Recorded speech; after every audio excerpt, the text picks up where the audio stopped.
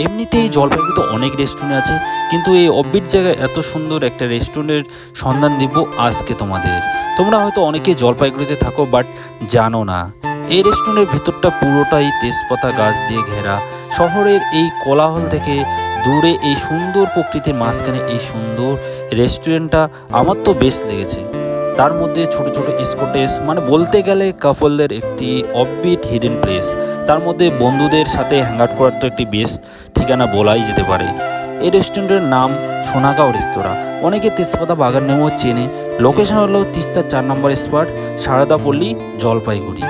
তো ফাইনালি নিয়েছিলাম সবার প্রথমে ভেজ পকোড়া, যেটা আমার খুব ভালোই লেগেছে। তারপর নিয়েছিলাম ভেজ চাউমিন, সেটা খুব টেস্টি ছিল। তারপর নিয়েছিলাম চিলি চিকেন, এই আইটেমটাও এত স্পাইসি ছিল, এত টেস্টি ছিল, সেটা তোমরা না খেলে হয় বোঝাতেই পারবো না। আর তোমরা কে কে এই রেস্টুরেন্টে গিয়েছো কমেন্ট করো, আর কে কে যেতে চাও তারাও কমেন্ট করো। বাই।